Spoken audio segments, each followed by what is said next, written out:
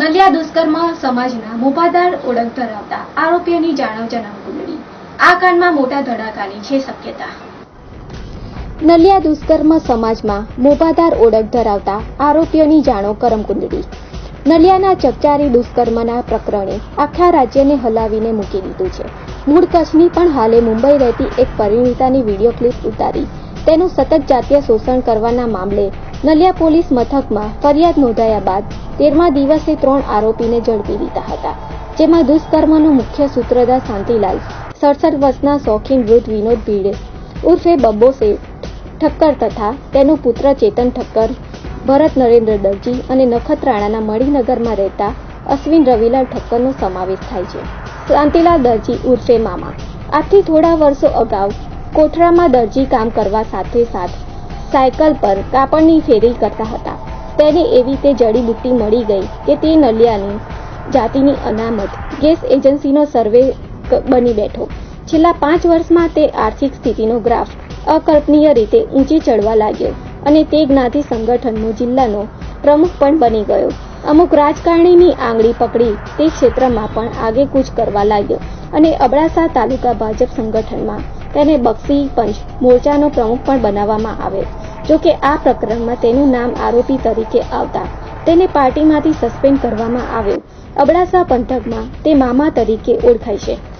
વિનોદ ભીડે ઉર્ફે બબ્બો શેઠ ભજન કરવાની જેની વય છે અને સંન્યાસાશ્રમ પાડવાની શાસ્ત્રોમાં માર્ગદર્શિકા છે તેટલી 67 વર્ષની આયુ ધરાવતો બબ્બો શેઠ તેના રંગીન મિજાજ માટે પંથકમાં મશહૂર હોવાની ચર્ચા છે. જિલ્લાના એક ભાજપના નેતા અને કચ્છના રાજકારણમાં મોટું નામ ધરાવતા જયંતિલાલ ઠક્કરનો વેવાય છે. કહેવાય છે કે આ પ્રકરણમાં તેને તથા તેના પુત્રને હાજર કરાવવામાં મહત્વની ભૂમિકા ભજવી છે. પીસીઓથી ટેલિકોમ ક્ષેત્રે તેનો વ્યવસાય છે. ચેતન વિનોદ ઠક્કર કચ્છના પોલીસ દફતરે સામૂહિક દુષ્કર્મનો આ કિસ્સો કદાચ પ્રથમ જ હશે, જેમાં બાપ દીકરાનું નામ આરોપી તરીકે સાથે હોય. બબ્બા શેઠની છાપ ધરાવતા વિનોદનો છોકરો પણ તેનાથી 2 કદમ આગળ છે. બાપની સામે તો માત્ર જાતીય છેડછાડની ફરિયાદ છે, જ્યારે તે રાહે આગળ વધી રહેલા તેના દીકરા ચેતન પર વારંવાર બળાત્કાર કરવાનો આરોપ છે. રાજકીય લોકો સાથે ઘરોબો અને શકપણે તેને બેખૌફ બનાવી દીધો છે. તાજેતરમાં તે નલિયા ગ્રામ પંચાયતના વોર્ડના સદસ્ય તરીકે ચૂંટાયો છે. અશ્વિન ઠક્કર મૂળ નખત્રાણા તાલુકાના નેત્રા ગામનો પણ હાલે નખત્રાણામાં જમીન લે વેચનો ધંધાથી અશ્વિન ઠક્કર પણ રાજકીય વેગ ધરાવે છે. તેના વડવાઓની નેત્રામાં હાર્ડવેરની દુકાન છે. અગાઉ તેનો કોલસાનો કારોબાર પણ હોવાની ચર્ચા છે. નખત્રાણા તાલુકાના ભાજપના પ્રમુખ રાજેશ પલણનો પણ કાકાઈ સાડો થાય છે.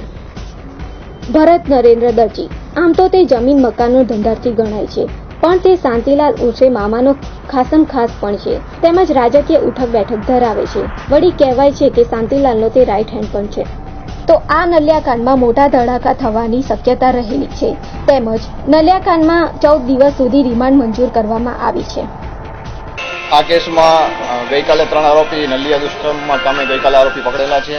એ આરોપીઓને આજરોજ નામદાર નલિયા કોર્ટમાં અમારી ટીમ દ્વારા રજૂ કરીને રિમાન્ડ 14 દિવસ રિમાન્ડ માંગવાયેલ છે.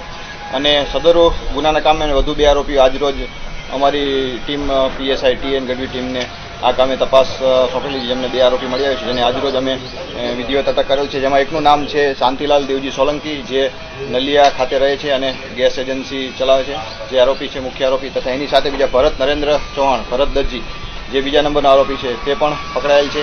આ બંને આરોપીઓનો રોલ સદરુ કામે દુષ્કર્મમાં બંને દુષ્કર્મ કરેલાનું જણાય છે. અને આ કામે મુખ્ય આરોપી શાંતિલાલ સોલંકીની વધુ તપાસ કરી, પૂછપરછ કરી, એને લગતા પુરાવા મેળવી, એને જ્યાં જ્યાં દુષ્કર્મ કરે છે ત્યાં જગ્યાઓની વિઝિટ કરી અને કાલ નામદાર કોર્ટમાં રજૂ કરી અને એના 14 દિવસના રિમાન્ડ માંગવામાં આવશે. અને જે કામે એને મોબાઈલ છે એ ગુનાના કામે કબજે કરવામાં આવશે અને આગળના પુરાવા મેળવવામાં આવશે. હાલ બંને આરોપીઓને અટક કરેલા છે અને વધુ પૂછપરછ કરી આ ગુનાના કામે જે મોબાઈલ છે એ કબજે કરવાનો બાકી છે, જેમાં પીડિતાના જે ભોગ બનનારનું એની પાસે એમાં રેકોર્ડિંગ કે કંઈ છે એ બાબતની તપાસ અને એફએસએલથી એની ચકાસણી કરવાની છે. હાલમાં મોબાઈલ મળેલો નથી એની પાસેથી અને મોબાઈલ કબજે કરવાની અને તપાસ કરવાની તજવીજ. હા, અલગ અલગ અમારી 5 થી 6 ટીમો બનાવેલી છે અને બીજા આરોપી પકડવા માટે અલગ અલગ જે બાકીના આરોપીઓ છે એ પકડવા માટે ટીમો કાર્યરત છે.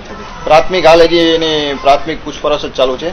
એને પોતે નલિયામાં ગેસ એજન્સી ચલાવે છે અને ભોગ બનનાર છે એ એને ત્યાં કામ કરવા માટે ત્યાં બબા શેઠના કહેવાથી આવેલા હતા અને ત્યાં એને ત્યાં રહ્યા હતા અને ફરિયાદી છે ભોગ બનનાર એને હકીકત એવી છે કે એની સાથે ઠંડા પીણામાં કંઈ પીવડાવી અને એની સાથે અર્ધબેભાન થાય એ રીતના એની સાથે શૂટિંગ કરી અને એ શૂટિંગના ઓલામાંથી યાર્ડમાંથી એની સાથે દુષ્કર્મ થયેલાનું જણાવતા હોય, જેની ફરિયાદીના ઓલા મુજબથી એની પૂછપરછને હાલ ચાલુ છે અને વધુ તપાસ કરી અને રિમાન્ડ માગી અને એને લગતા પુરાવા પણ એકઠા કરવામાં આવશે. જે 3 આરોપી પકડાયા છે એના કેટલા દિવસના રિમાન્ડની માંગણી સાથે આજે કોર્ટમાં રજૂ કરવામાં આવ્યા છે અને રિમાન્ડ દરમિયાન આ જે તમામ આરોપીઓ છે એની શું પૂછપરછ ને શું તપાસ કરવામાં આવશે?